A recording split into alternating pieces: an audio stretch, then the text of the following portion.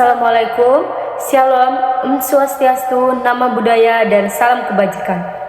Di sini saya Evi Kristina dengan rekan saya Dina Mariam dan Angelina Dosres Pinto akan mempresentasikan materi mengenai konflik MSDM. Sebelum lanjut, jangan lupa like, comment, and subscribe di sini. Baiklah, yang pertama kita akan membahas konflik MSDM, pemahaman dan pengelolaan. Konflik dalam dunia kerja merupakan hal yang lumrah terjadi di ranah manajemen sumber daya manusia atau MSDM. Konflik dapat muncul dari berbagai faktor, mulai dari perbedaan pendapat, perbedaan nilai, hingga persaingan dalam mencapai tujuan organisasi. Memahami konflik MSDM secara mendalam, termasuk jenis-jenisnya, penyebabnya, dampaknya, dan cara mengelola secara efektif, sangat penting untuk menciptakan lingkungan kerja yang harmonis dan produktif. Selanjutnya, jenis-jenis konflik MSDM. Yang pertama, konflik antara individu terjadi antara dua orang atau lebih dalam organisasi yang dapat disebabkan oleh perbedaan kepribadian, nilai, atau gaya kerja.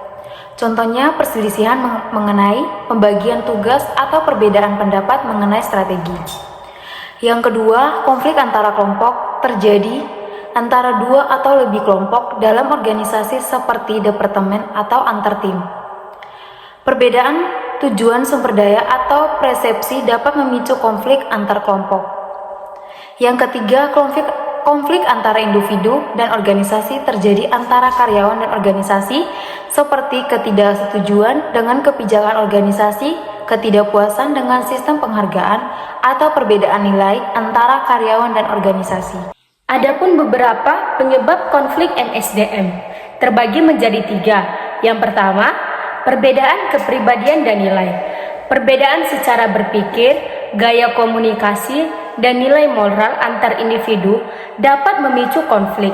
Contohnya, perbedaan pendapat mengenai cara menyelesaikan tugas atau konflik mengenai prioritas kerja. Yang kedua, persaingan dan sumber daya.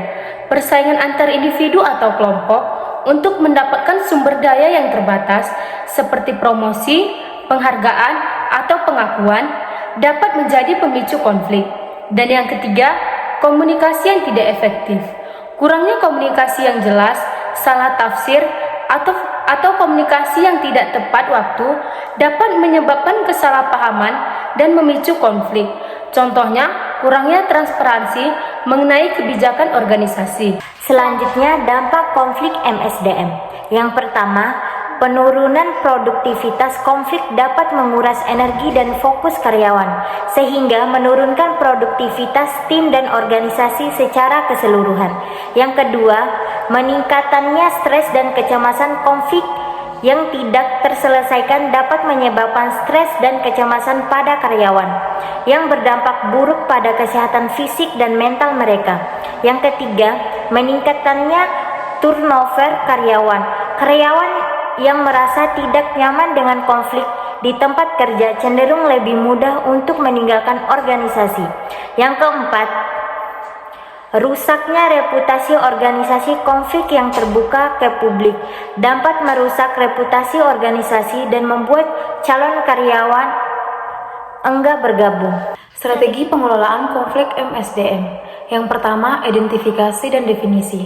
Konflik langkah pertama adalah memahami konflik yang terjadi, melibatkan pihak yang terlibat, dan mendefinisikan masalah yang menjadi akar konflik.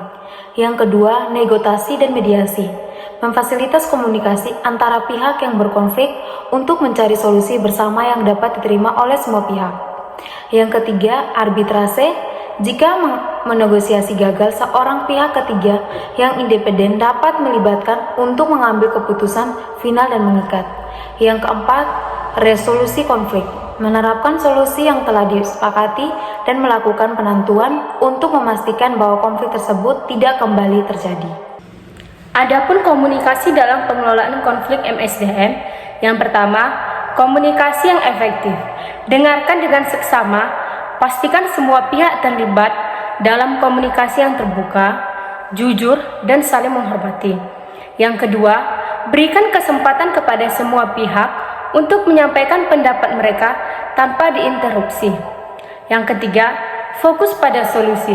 Hindari menyalahkan dan fokus pada mencari solusi yang dapat diterima oleh semua pihak. Selanjutnya, peran manajer dalam pengelolaan konflik MSDM. Yang pertama, membangun budaya kerja yang positif dan melakukan intervensi dini.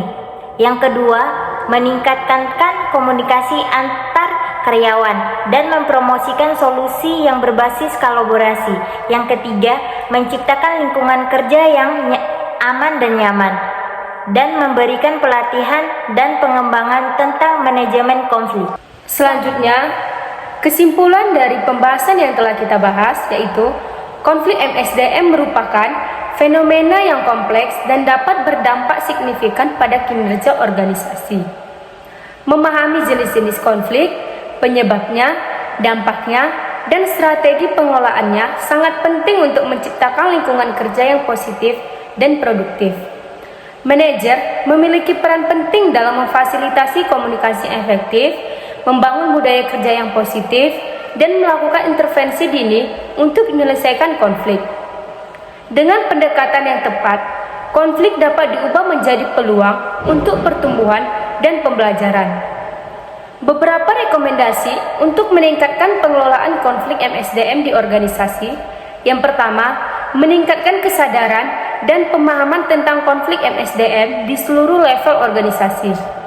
Yang kedua, melakukan pelatihan dan pengembangan tentang manajemen konflik untuk karyawan dan manajer. Dan yang ketiga, mengembangkan sistem manajemen konflik yang terstruktur dan sistematis. Dan mendorong budaya kerja yang terbuka, komunikatif, serta saling menghormati. Sekian dari presentasi kami, mohon maaf apabila ada salah kata. Terima kasih.